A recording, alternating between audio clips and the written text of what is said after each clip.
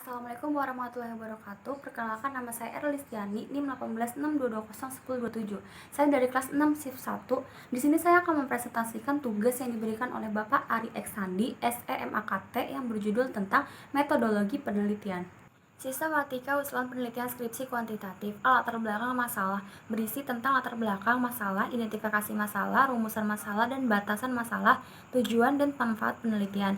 B. Tinjauan pustaka berisi uraian teori atau rujukan yang memberikan argumentasi teoristik terhadap konsep-konsep yang menjadi fokus penelitian, hipotesis, atau kalau ada. Metode penelitian. 1. Batasan konsep dan definisi operasional variabel atau memberikan tolak ukur parameter suatu variabel penelitian diukur. 2.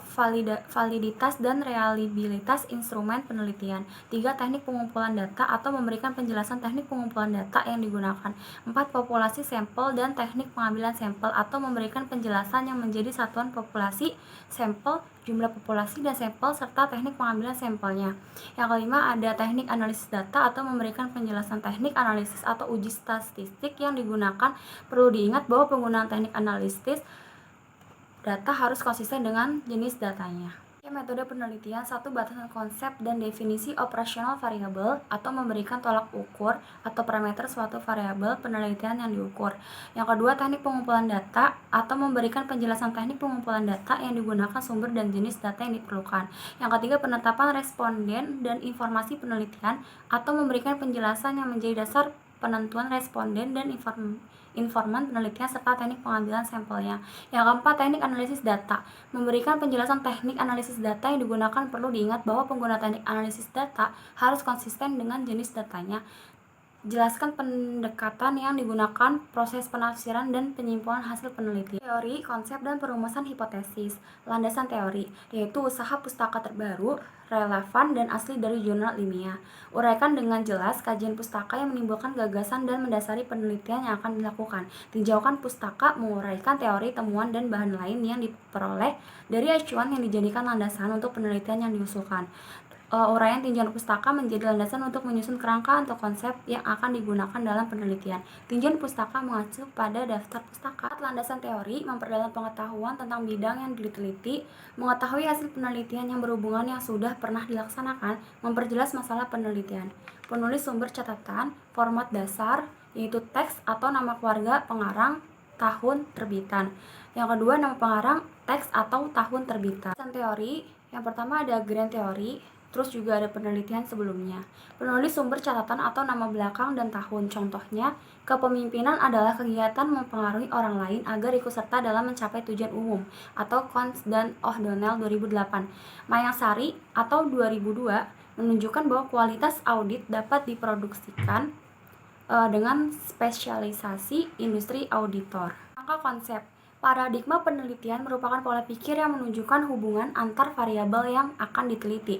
Paradigma sederhana yang menunjukkan pengaruh dan hubungan antara variabel X dan variabel Y. Perumusan masalah. Hipotesis dapat diartikan sebagai pernyataan statistik tentang parameter populasi. Dalam penelitian, hipotesis diartikan sebagai jawaban sementara terhadap rumusan masalah penelitian. Jenis hipotesis. A. Tanpa arah, contoh kualitas audit mempengaruhi kualitas laporan keuangan. B. Berarah, contoh kualitas audit mempengaruhi positif pada kualitas laporan keuangan. Kualitas audit berpengaruh negatif pada kualitas laporan keuangan. Ini adalah contoh dari gambar hipotesis statistik. Hipotesis statistik. Dalam statistik dan penelitian terdapat dua macam hipotesis, yaitu hipotesis nol dan alternatif. Statistik atau hipotesis nol diartikan sebagai tidak adanya perbedaan antara parameter dengan statistik, atau tidak adanya perbedaan antara ukuran populasi dan ukuran sampel. Dengan demikian, hipotesis yang diuji adalah hipotesis nol, karena memang penelitian tidak mengharapkan adanya perbedaan data populasi dengan sampel. Hipotesis alternatif adalah lawannya hipotesis nol, yang berbunyi adanya perbedaan antara data populasi dengan data sampel. Hipotesis nol menyatakan tidak adanya hubungan antara satu variabel dengan variabel lain, tidak adanya perbedaan antara satu variabel atau lebih terjadi pada populasi atau sampel yang berbeda dan tidak adanya perbedaan antara yang diharapkan dengan kenyataan pada satu variabel atau lebih untuk populasi atau sampel yang sama. Hipotesis alternatif menyatakan adanya perbedaan atau hubungan. Untuk rumusan hipotesis, hipotesis deskriptif adalah dugaan tentang nilai suatu variabel mandiri tidak membuat perbandingan atau hubungan. Sebagai contoh perumusan masalah, seberapa tinggi daya tahan lampu merek X, seberapa tinggi produktivitas padi di Kabupaten Klaten, berapa lama daya tahan lampu merek A dan B, seberapa baik gaya kepemimpinan di lembaga X. Dari 3 permasalahan di atas, maka rumusan hipotesisnya adalah daya tahan lampu merek X sama dengan 800 jam, produktivitas di Kabupaten Klaten 8 ton, daya tahan lampu merek A sama dengan 450 per jam dan merek B 600 jam. Gaya pemimpinan di lembaga X telah mencapai 70% dari yang diharapkan. Statistik yang digunakan untuk menguji hipotesis deskriptif yaitu ada jenis atau tingkatan data yang terdiri dari nominal, ordinal, dan menurut interval atau rasio. Kemudian ada teknik statistik yang digunakan untuk pengujian. Yang pertama, tes binomial, 2 C kuadrat 1 sampel. Kemudian ada Rust test dan tes 1 sampel. Hipotesis komparatif. Hipotesis komparatif adalah pernyataan yang menunjukkan dugaan nilai dalam suatu variabel atau lebih pada sampel yang berbeda. Contoh rumusan masalah komparatif, adakah perbedaan kualitas audit KAP Big 4 dan non-Big 4? Hipotesisnya tidak terdapat perbedaan kualitas audit KAP Big 4 dan non-Big 4.